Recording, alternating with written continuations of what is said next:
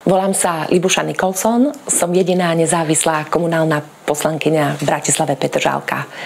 Ako verejnoprávna aktivistka som bola v tíme aktivistov, ktorí viedli celoslovenskú kampaň za regulované bezplatné parkovanie pred nemocniciami.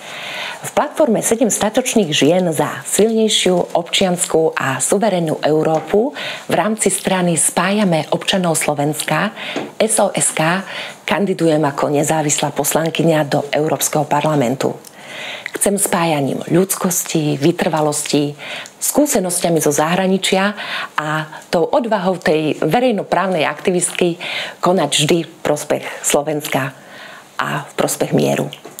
Aj dnes, keď vojna je viac ako mier, zbranie viac ako chlieb a sme konfrontovaní bratovražednou vojnou slovanských národov, v ktorej zomierajú aj nevinní ľudia, ženy, starci aj deti.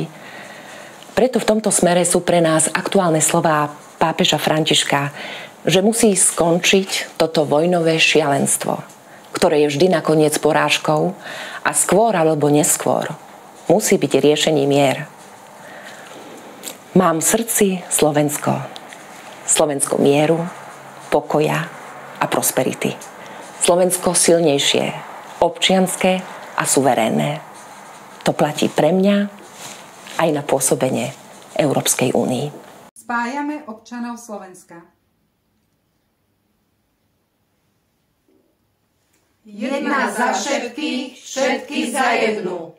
7 statočných žien do Europarlamentu. Volíme číslo 6.